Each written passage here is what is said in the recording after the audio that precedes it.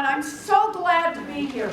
So I'm just going to talk a little bit at the top and then take as many questions as we can possibly do. Let me just start by saying what I think the election of 2020 is all about. I think it's about who government works for. We have a government that works great. I just want everybody in here to know that we have a government that really works fabulously for giant drug companies, but not for people trying to get a prescription filled. We have a government that works great for people who want to make money investing in private prisons and private detention centers, but not for the people whose lives are destroyed by those places. We have a government that works great for giant oil companies that want to drill everywhere. It's just not working for the rest of us who see climate change bearing down upon us. When you see a government that works great for those who have money and doesn't work so well for much of anyone else, that is corruption pure and simple, and we need to call it out for what it is. It's corruption. And if you have an issue that brought you here tonight, whether it's how we strengthen our unions, how we raise pay, how we pay for health care, how you pay for prescription drugs, housing, whatever issue brought you here tonight, I guarantee if there's a decision to be made in Washington, it has been influenced by money. It has been shaped by money. It has been nudged by money. Money, money, money is influencing every decision that happens in Washington. But here's the good news. 2020, we have a chance to turn that around. 2020 is our opportunity, and that's how I see this. And look at it this way. It's about how we run our elections, how we make the decision about who's going to be president of the United States of America. If the only way that you can get to be president of the United States is to be a billionaire and reach in your own pocket, or suck up to a bunch of billionaires, you know what kind of government we're going to have? It's going to be a government that's going to keep working great for billionaires. But our chance is to understand what's wrong in this country, how to fix what's wrong in this country, and then build a movement together to make that change. That's what unions are about. That's what movements are about. That's what big structural change is all about.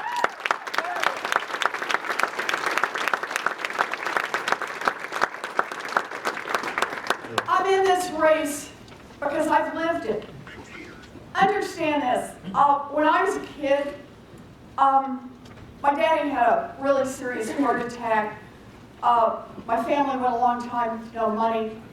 Our last chance before just losing the house and tumbling down the stairs financially was when my mother got a minimum wage job at Sears.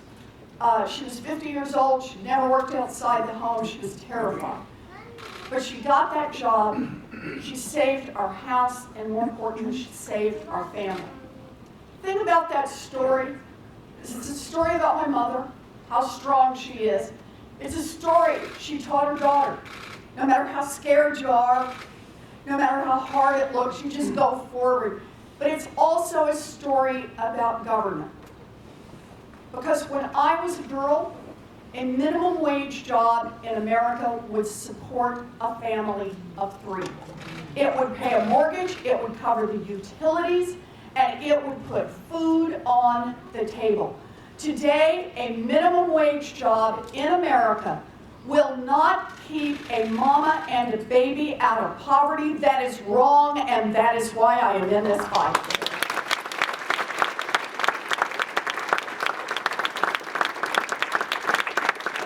And it goes back to the central question I raised at the top. Why the change over time? Why hasn't minimum wage kept up with the cost of living? Why hasn't it gone up every year the way all your other costs have gone up every year? And the answer is who government works for. Go back and check. When I was a girl, the question asked in Washington is, what does it take a family of 3 to survive? What does it take a family of three to get a toehold in America's middle class? What does it take a family of three to have something solid that they can build on? Today, the question asked in Washington, where do we set the minimum wage to maximize the profits of giant multinational corporations? Well, I don't want a government that works for giant multinational corporations. I want one that works for our families.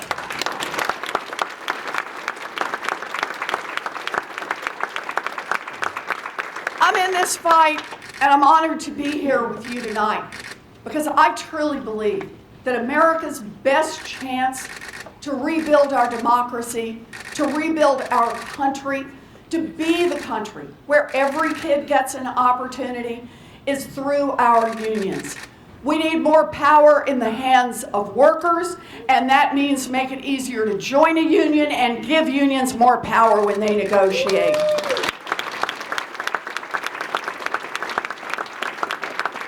Unions built America's middle class, and unions will rebuild America's middle class. We just got to do this together. So I'm going to stop talking. That's really hard for someone like me to do, because there's just so much I want to tell you about. But why don't I stop, and we'll take as many questions as we've got time for here tonight, and I'll do my best to try to give short answers. Okay, It'll never work.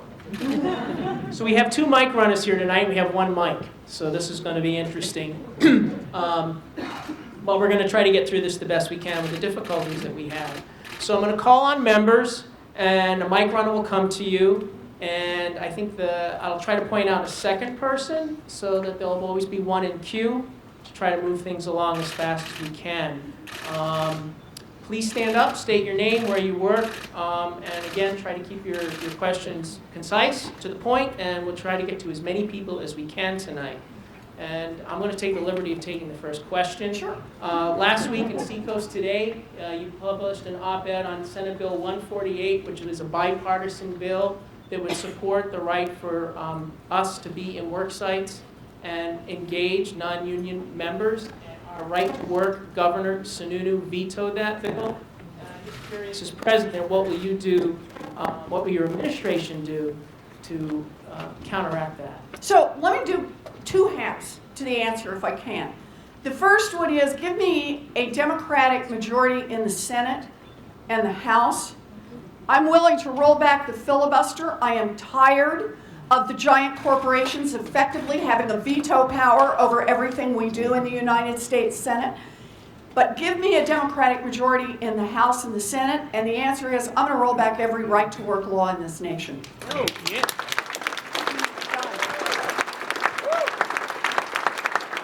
We can pass a federal law to preempt. Now, the second part of this is what can you, oh, I love saying this. What can a president do all by herself? And the answer is a labor department that's actually on the side of labor. And when I say on the side of labor, I don't just mean they're more likely to be with labor than with management. I mean that actively and aggressively is on the side of labor. I mean a labor department that enforces the labor rules, because when you enforce, you've got more opportunities under current law. A labor department that's willing to work for more aggressive regulations. An NLRB that's out there on the side of labor to make sure labor is protected. When labor's trying to organize, labor is protected throughout the process. So I think it's both halves. There's a lot you can do by yourself. The Labor Department has a lot of room, NLRB has a lot of room, but let's get a majority, and let's actually change the laws and make them work for workers. Yeah.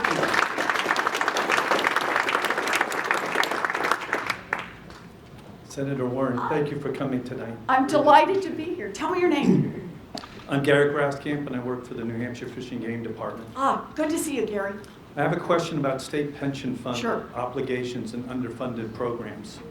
According to the U.S. Bureau of Labor Statistics, in 2018, 7.2 million employees in the public sector belong to a union, and the unionization rate was about 34% of available jobs.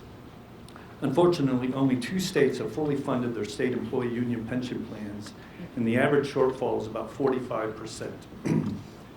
In particular, New Hampshire State Pension Fund has a shortfall of 37%. This is not an issue that can be negotiated effectively on a state-by-state basis. Assuming the Senate can be returned to control by the Democratic Party, describe the federal legislation you would propose to require states to fully fund state pension plans. So, thank you for the question, Barry, and the answer is pretty much in your final sentence there. We've got a majority in the House and the Senate. We will require the states to fully fund pensions and to put the kind of protections in place so they're funding going forward, so we don't hit these shortfalls over time. But can I add a couple of more pieces to it that I think are relevant here? A second one is, what are we going to do about the unfunded pension plans? We can pass the laws and tell them we're going to do it, but there's still going to be some bad shortfalls in this. I just want to be clear with everybody in this room. I was there when the United States government ponied up $700 billion to bail out giant banks. When their CEOs kept their jobs, when their investors continued to get the money. And my view on this is when we have big shortfalls that are going to have catastrophic effects throughout our economy, we have a collective responsibility to deal with it. People who negotiated for pensions, they agreed not to take a certain amount of pay. This is not some gift that's being given to them. The way I look at it is it's like somebody said, I'll pay you $10 to do this job, and you said, I tell you what, I'll take $8, but take $2 of that and put it in my pension. You don't get to come along 10 years later, or 20 years later, or 30 years later and say, you know what, turns out we just don't have as much money as we thought, or it's very inconvenient, or somebody else doesn't have a pension. I'm sorry. No, that was the agreement. That was the labor that was agreed to. You put in your half. It is now the obligation of the city, of the state, of the federal government to come up with the money to make sure you've got your part on the other end. So I am committed on this for all of the folks who negotiated for pensions, that those pensions be fully funded. It is part of the obligation that we have agreed to as Americans, and when our government agrees to it, whether it's a local government, a state government, or a federal government, then by golly, we all stand behind it and make it happen. Go ahead, Jeremy. Quick follow-up. In many cases, the legislatures, state, federal, they come back later and they change the rules, and there's nothing we can do about it. Well, but this is my point. Federal law rides over state law on this. And the idea that you can steal someone's wages 10 years later, they can't come into your checking account 10 years later and say, you know what, we really wish we paid you $8 instead of $10, so we're just going to take $2 out for every hour that you work. They're not allowed to do that. And they shouldn't be allowed to do it this way. They're only allowed to do it so long as we let them. And my view is there's a lot more of us than there is of them. Let's get organized and let's change the law.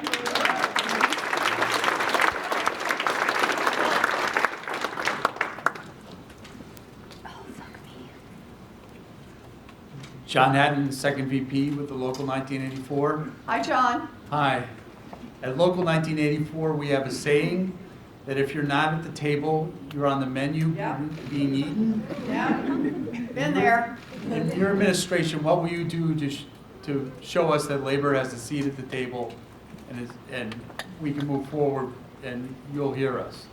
So part of it starts, as I said earlier with Rich, part of this starts with making sure that we've got a Secretary of Labor who's genuinely an advocate for labor.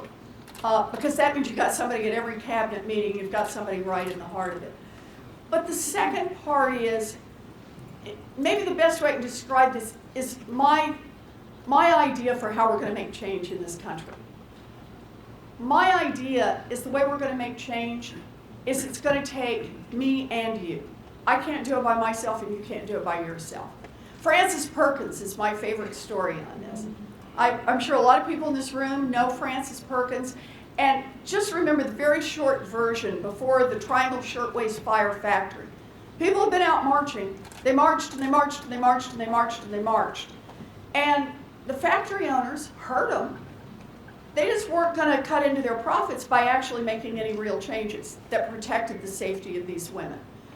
They went to Albany. That's where state government was at that point, but it was state government, not federal. But they went to Albany and greased enough palms in Albany that nobody made them change the law. So Frances Perkins jumped in on this fight, and she said, I tell you what, you keep marching. Let's work together on the issues we've got. You keep marching, you keep pushing from your side, and I'm going to Albany and I'm going to work from the inside. And I'm going to get the laws changed. And she started with the fire laws following the big Triangle Shirtwaist Factory fire, but then she moved to the labor laws. And Franklin Roosevelt became governor. Franklin Roosevelt goes down to Washington, becomes president. He brings along Frances Perkins, first woman in American history to become a cabinet official. And so she becomes Secretary of Labor. What could one very persistent woman, backed up by millions of people across this country, accomplish? Let me just remind you what she accomplished. Social Security, a minimum wage, the end of child labor, the right to join a union, and my personal favorite, the weekend. So you ask how you can be at the table. It's the only way I can make the change I want to make. I'm not running for president so I get to try on the outfit. I'm running for president because I want to make real change. And what it's going to take to make real change is we've got to have the unions out there. We've got to have the unions out there pushing for change, and we've got to have the unions grow. Pulling in more members, grow in strength. That's how we're going to hold Congress, whether it's Democrats or Republicans, how we're going to hold Congress accountable. That's how we're going to have an America that is the America we want it to be. That's why I'm in this. Thank you. Thank you. Thank you, John.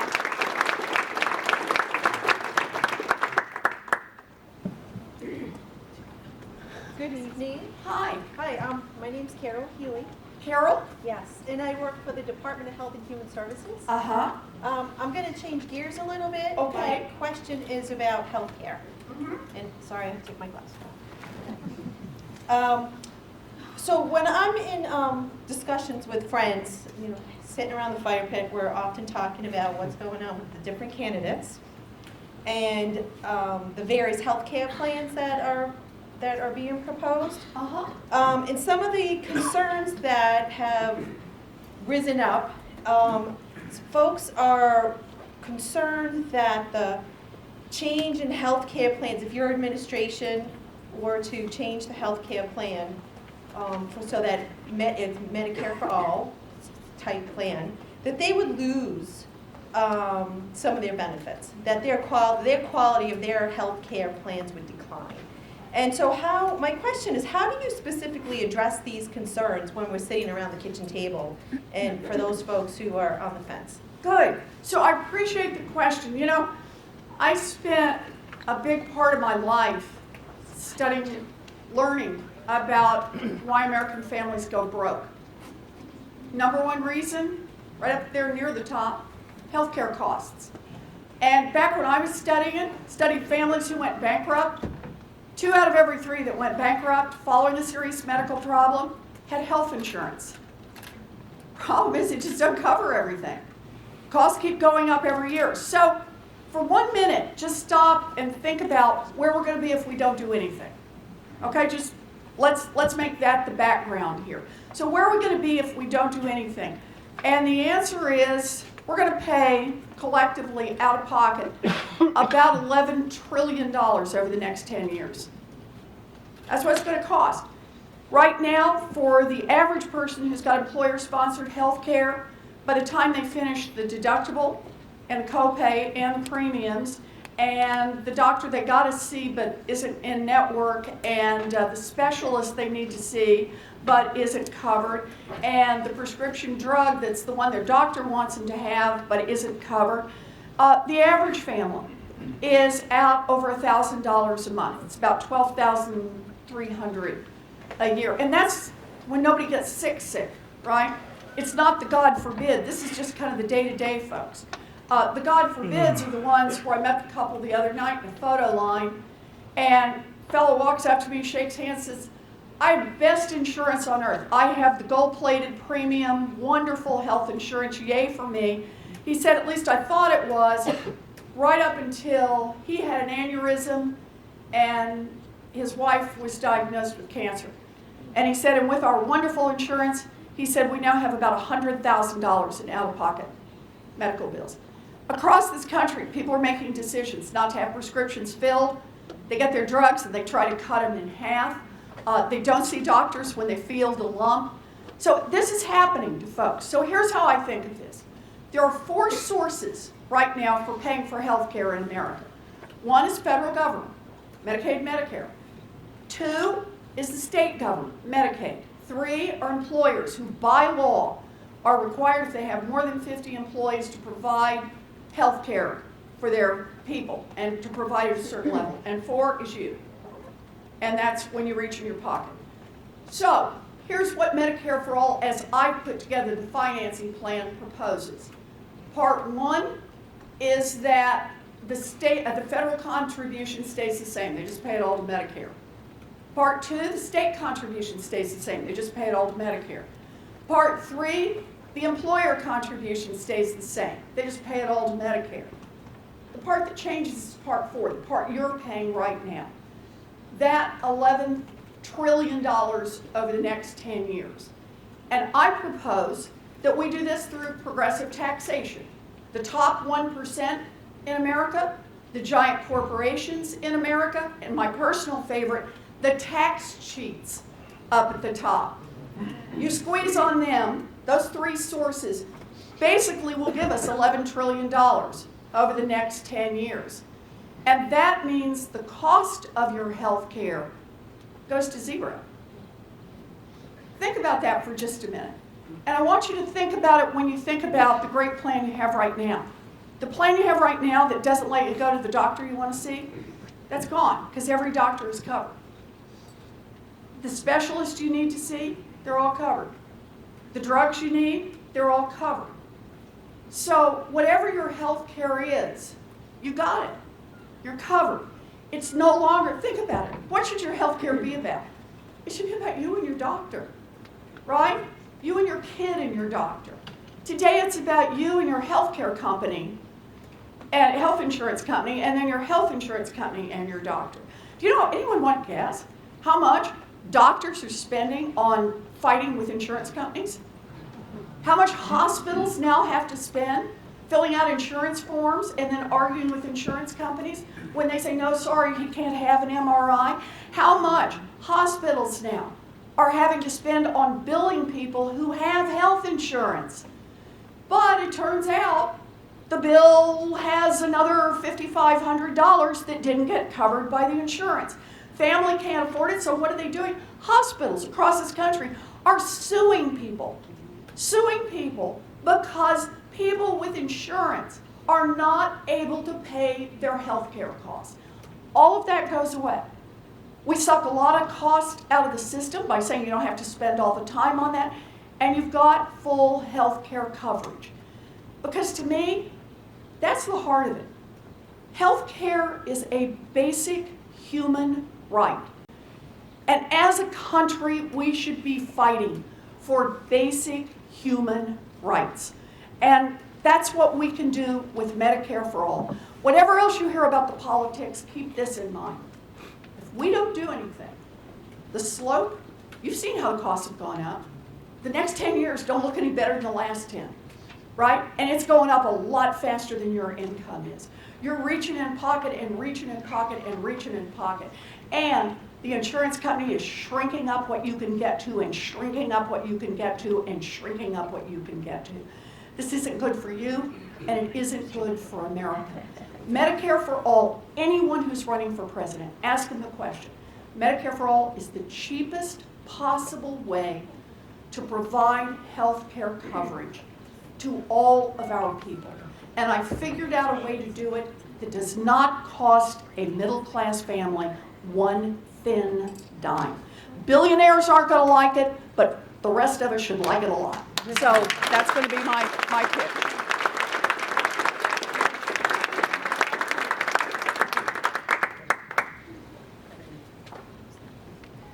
Senator Warren, thank you for coming to New Hampshire. You bet. My name is Carol Tots Hay, and I reside in Nashua, but I work for the Department of Health and Human Services here in Concord. Oh, I'm the other Carol, thank you very much. So my question is building on the basic human rights that you were talking about just now, but it really goes to the immigration and the border issue that we Yes. see down in Mexico.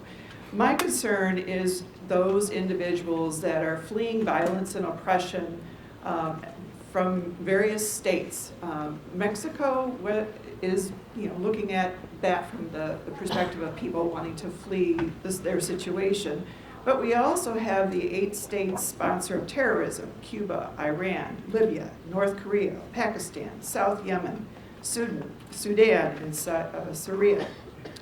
How does your approach to this whole immigration picture address those issues of people fleeing oppression from those states as well? And will you be able to provide more funding to federal HHS and the Department of Justice to provide more services that are needed, and also to increase the number of immigration judges that is so badly needed at this point in time? Thank you. Good, thank you, and thank you for the question. So let me just start with the statement of values. Immigration does not make our country weaker. Immigration makes our country stronger. It does.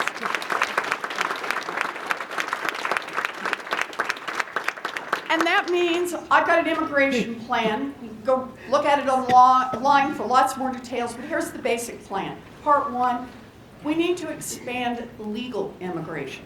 It's a good place to start. The current administration has shrunk it up. We need to expand it again. It's good for our economy. It works. Part 2, we need a path to citizenship for the people who are here. We need to bring them out of the shadows. We need to do this. And I'm not just talking DACA on the day after the Supreme Court has heard the case.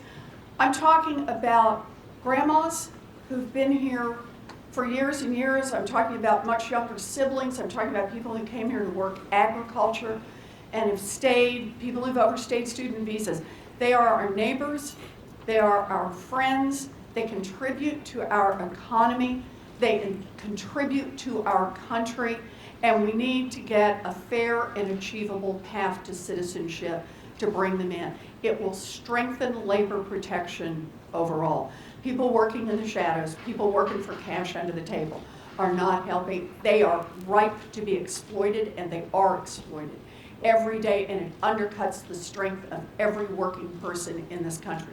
So that's part 2. Part 3 is the crisis at our border is Trump-made. And we have to acknowledge that up front. And let me tell you just a little bit about this.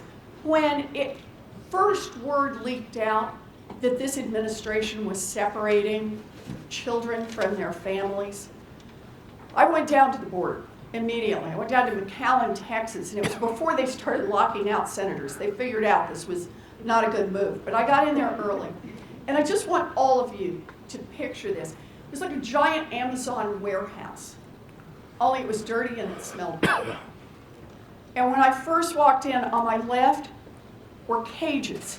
I mean, just literally one to another, to another, to another, common bars in between, maybe 10 feet wide, maybe 40 feet deep, and one toilet back in the corner, and packed so full of people they couldn't all lie down at the same time. Cage after cage after cage after cage of men. On the right, cage after cage after cage after cage of women. And I thought, this is terrible. And then I walked into the main room. And that's where I saw the cages of little girls. Cages about the size of the 2 groups here together. Just little girls. They didn't have any toys. They didn't have anything. And they all just sat. They were so sad. They had a little guard tower that the CBP people had built in the middle so one adult could keep an eye on all of these children. And then another cage of little girls. And then a cage of little boys. And then another cage of little boys. And then back in the corner, a cage of nursing mothers. And I stopped and spoke with some of the mothers. One mother told me a story that just sticks in my head. She said that she gave a drink of water, she's from Central America. She gave a drink of water to a police officer. And the next day the word came back that the gangs believed she was working with the police. And she knew that meant she and her baby would be killed. So with not much more than a baby blanket wrapped around her child, she ran all the way to our border where she got picked up. Why do I say that as a Trump-made crisis? The United States has cut our assistance in Central America. That has undermined the government, it has made the gangs stronger, and it has made women like this, who are not looking to immigrate, but who suddenly are caught in the crossfire, who are suddenly caught in a crisis, come here running for their lives. So the first step on this is we need to restore aid in Central America and aid around the world in the hot spots, in places where people are fleeing for their lives. We need to change our policy in Yemen so the Yemenis are not being slaughtered, so they don't have to flee for their lives. So that's the first part, is try to reduce the pressure. But the second part is when people come to us in fear, when people come to us who are terrified and are asking for asylum, when people are coming and asking for temporary protected status, we are the country that should say yes. We should share that with our allies. Of course we should say, let us help. We will do our best to try to help. Because no great nation tears children away from their parents, from their families. No great nation does that. No great nation lets companies profit from locking up little children at the border.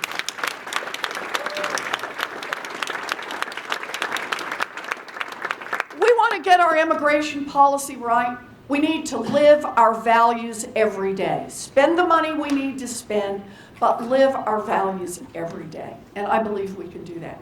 That's the kind of people we need to be. Yep.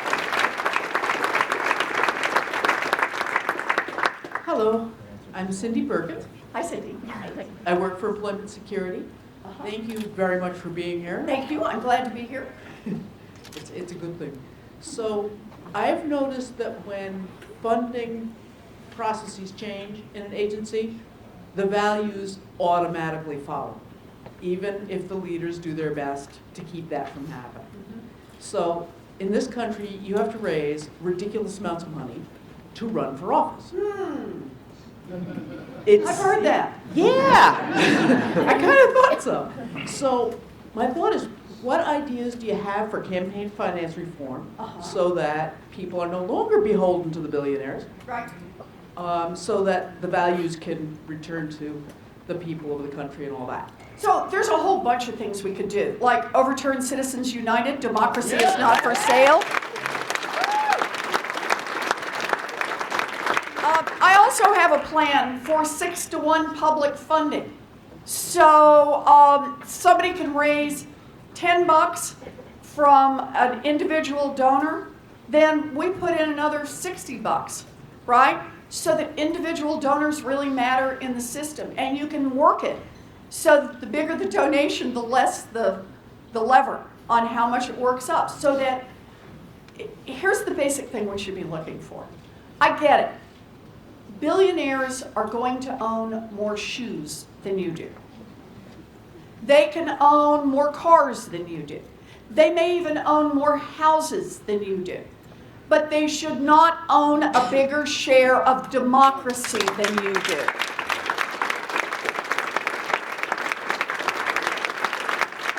And our current funding system is tilted way over to the side of billionaires.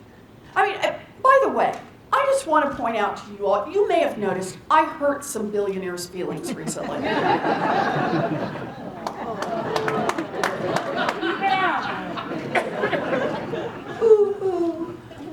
No, but I I did. But here's the thing that really gets me. How many billionaires have you seen interviewed in the last week talking about my wealth tax? Right, this is just for any of you. This is a 2-cent tax on fortunes above $50 million. So just so you can relax, your first $50 million is free and clear. This woman is not unreasonable, right?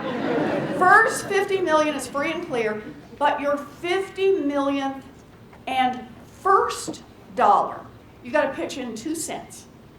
And 2 cents for every dollar after that. Okay, by the way, anybody in here own a home? Or grew up in a family that owned a home? You've been paying a wealth tax, right? It's just called a property tax. And all I'm saying is for the bazillionaires, right? Your property tax shouldn't just be limited to real estate. It should include the stock portfolio, the diamonds, the Rembrandt, and the yacht, right? I want the whole thing. We count up all your assets, 2-cent wealth tax on everything above $50 million. And by the way, I'm not somebody who's cranky about millionaires. I'm not after them. But here's how I see it. You built a great fortune in America. Good for you. Good for you. But you built it at least in part using workers all of us help pay to educate. Right? You built it at least in part getting your goods to market on roads and bridges all of us help pay to build. You built it, at least in part protected by police and firefighters, all of us help pay the salaries for. And we are Americans, we are glad to do it. We want to make those investments so everybody has opportunity. All I'm saying is, when you make it big, I mean really big, I mean top 0.1% big, pitch in 2 cents so everybody else gets a chance to make it in America.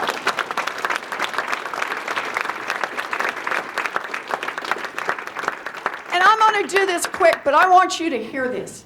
Do you know what we could do with 2 cents?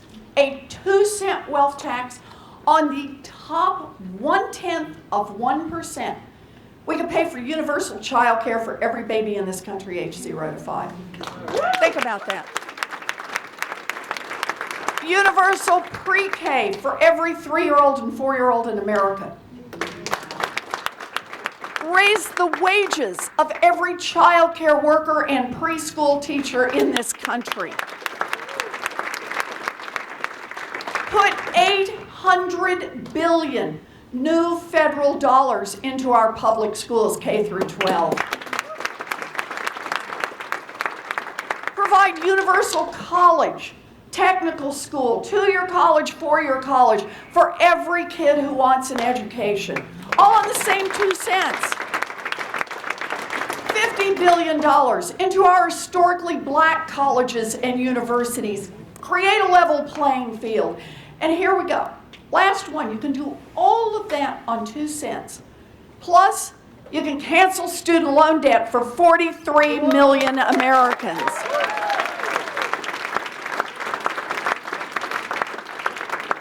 So here's my question.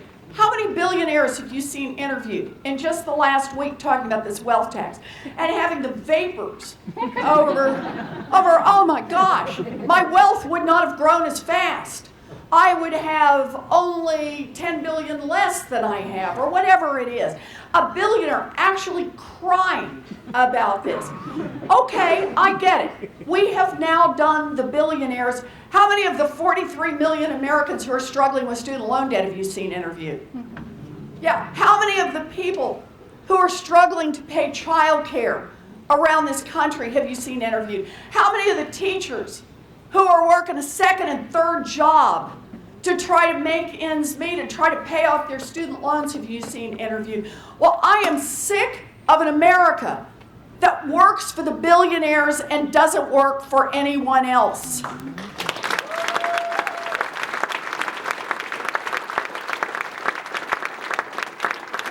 And here's the deal. This one comes straight down to you. Think about this in 2020. You're going to have a lot of candidates come in and talk to you. You've already had some folks come in and talk to you. Find out where they get their money. Find out who's doing their money.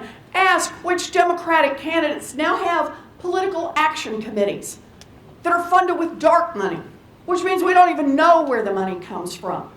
Because understand this, we have a chance in a Democratic primary to say, here's the deal. We're going to build this thing grassroots, and then we're going to build the movement to make it happen. We're going to make this work every $10 contribution at a time, and everybody who pitches in an hour to help out. Because that is how we're going to make change. That is how we're going to make this country work. Not just for a thin slice at the top. That is how we're going to make it work for everyone in New Hampshire. New Hampshire SEIU, this one's going to be up to you. We can do this. Thank you.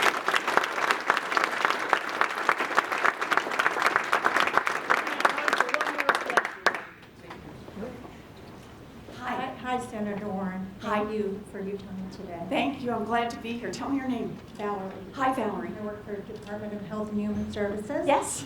I live in Concord. Okay. So my question is, I want to piggyback off the question that Carol number one back here had. Okay. First HHS Carol. Okay. Medicare for all. Okay.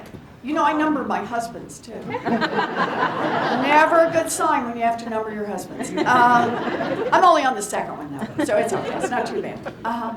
Okay, so I wanted to ask, my concern is if there's Medicare for all, would all medical providers and facilities be required to accept it, or would they have the option to not take it Yeah. and require people to self-pay? So I'm not sure how that would solve that problem. Also, the Medicare reimbursement rates are really, really low, so would that change? So here's how I see it. Where we're aiming on Medicare for all, not all the transition's been worked out yet. I'm going to have another plan on this. But where we're aiming on Medicare for all is every doctor is covered. Every provider is covered. Every health insurance company is covered. Every prescription drug is covered. And as for the reimbursement rates, here's the long arc on the projection. Is you use the Medicare reimbursement rates generally for doctors. You use the Medicare plus 10 for hospitals. For rural hospitals, you may have to inch above that because we've got to keep our rural hospitals open. And they have different economic pressures on them. It's just absolutely critical for providing health care around the country. So it's kind of three levels.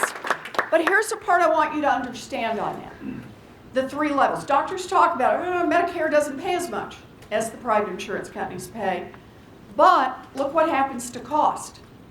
I don't know about you, but do you ever look around when you're at your doctor's office? You see 2 doctors, right? And 6 people filling out forms, right?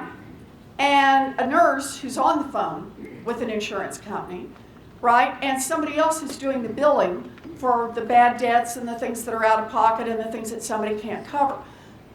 We get all the way to Medicare for all, that drops effectively to 0.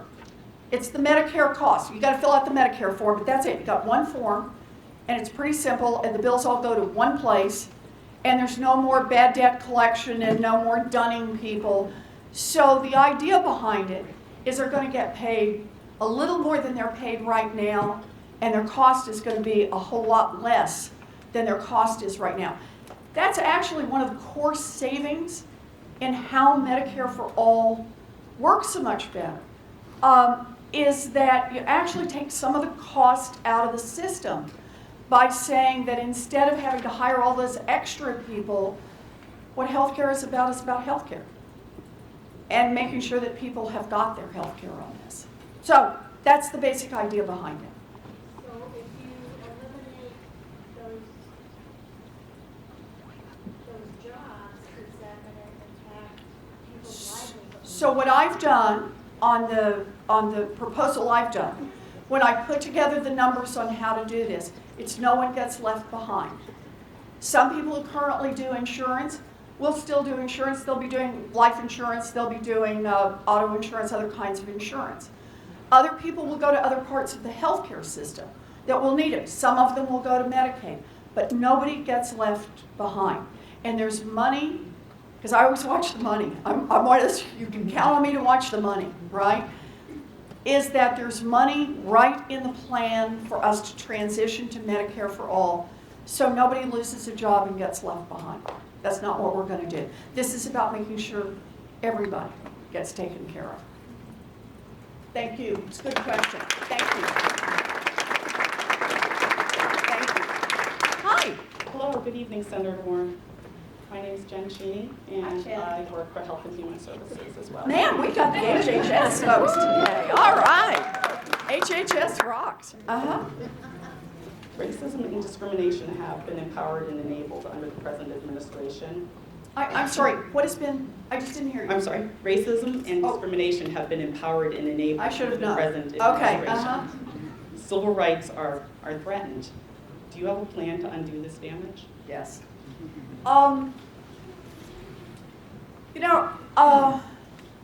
What Donald Trump has done to stir up hate and division in this country is not accidental. He actually has a strategy. And the strategy is turn people against people. Because if you can turn people against people, then nobody notices what's happening when he is lining his own pockets, when he's taking care of himself politically. And it's every part of this. It's white against black and brown, it's Christian against Muslim, it's straight against gay, particularly trans. It's everybody against immigrants, particularly immigrants of color. It's all the way through the system. Just whatever you can do. Just lob another firecracker, see if you can start another fire, something. Because if everybody will look over there, no one will watch what's really happening. And what's really happening is that the corruption that was in Washington long before he got there, he did not invent the influence of money in Washington. He did not invent the corruption in Washington, but he has taken it to new heights. He has made it unbelievable. Where foreign countries who want to come here to ask for foreign aid or some special contract, what do?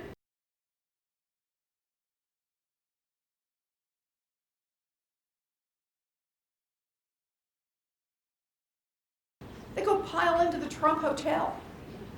And I've heard the stories about wanting to make sure that someone at the White House knows that they stayed in the really expensive suites in the Trump Hotel for day after day after day. Because who does that help? Helps the president and his family. This whole business that he's now in the middle of an impeachment inquiry over was over what? Dangling your money, taxpayer dollars, in aid to Ukraine, saying instead of, man, what do we need to do to protect against the Russians who are threatening at Ukraine's border? Put that all at risk so that Donald Trump can go advance his political interests, try to attack and investigate Donald Trump's political enemies. So the way I see this is that what Donald Trump... Oh, it just died. There we go. Woohoo! I think I'll sing next. But the way I see this is Donald Trump has a strategy, but it has now become so open and so visible that this actually creates opportunity. This is why I come to you with a heart filled with optimism, because now it's the case that people see it. Not everybody. I get it. Donald Trump still has his supporters. I understand that. But there are a lot of people who are now off the sidelines. There are a lot of people who say, I've had it up to here. There are a lot of folks who say, I'm not watching the Trump show anymore. I've had enough of this and I'm ready to move on. And I think this is the moment. We have come to the fork in the road. What happens in 2020 is not just about the next 4 years or the next 8 years. This is the whole direction our country goes. Whether we are going to be a country that continues to run for the rich, for the billionaires, for the giant corporations, or whether we're going to be a country that actually runs for the people that we live our best values every day, that we pick up each other's fights as our own, that we pick up the fight over immigration, whether we're immigrants or not, that we pick up the fight on how our children are losing out in public education, whether we have children in public education or not, that we pick up these fights, that we pick up the importance of protecting our pensions, whether we have a pension, whether we're decades away from a pension, that we pick up each other's fights as our own. Because if we turn that corner, if that's what we manage to do together, we can build the America of our best dreams. One of the things I think a lot about is this is our chance for big ideas. Don't sell America short. Don't go for something small. Don't nibble around the edges.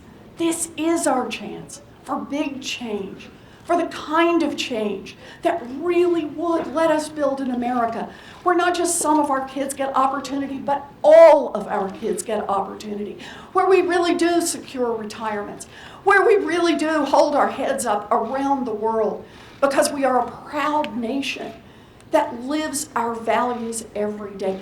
This is our chance.